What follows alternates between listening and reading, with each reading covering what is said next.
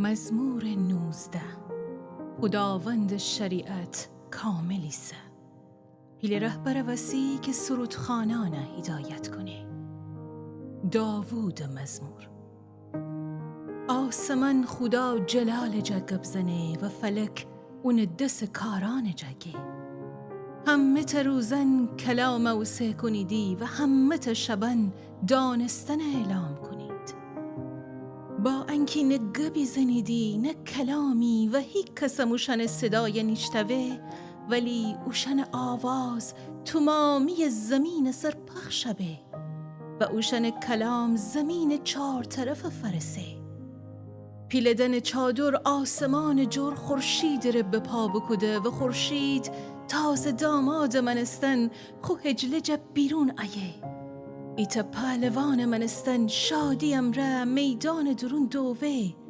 جه ای طرف آسمان ویریزه و خو رای دنبال کنه ای طرف دیگر شه.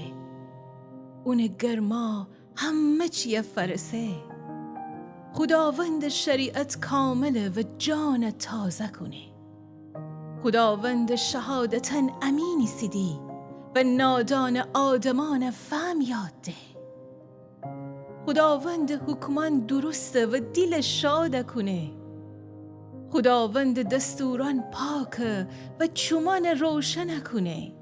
خداوند جا حساب بردن پاکیسه تا ابد و همیشگی.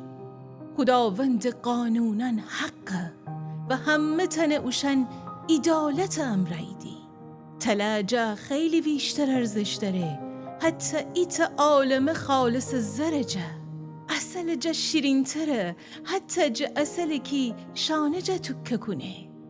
تی خدمتگزار اوشن جا یاد گیره. هر کیم اوشن جا اطاعت کنه پیل پاداش بگیره. کیسه که بتنه خو اشتباهیان تشخیص بده. ای خداوند مرمی ننسته با گناهیان جا آزاده کن. حتی یم تی خدمتگزاره دنسته با گناهیان جا دور بدر و نل که اوشن مر فرمان بدید. بزین بی عیبم و دور جا پیل سرکشی. گبنی که می دهن جا بیرونه و فکرانی که جا می دیله تر خوش بیه. ای خداوند که می سخری و مر نجات دی.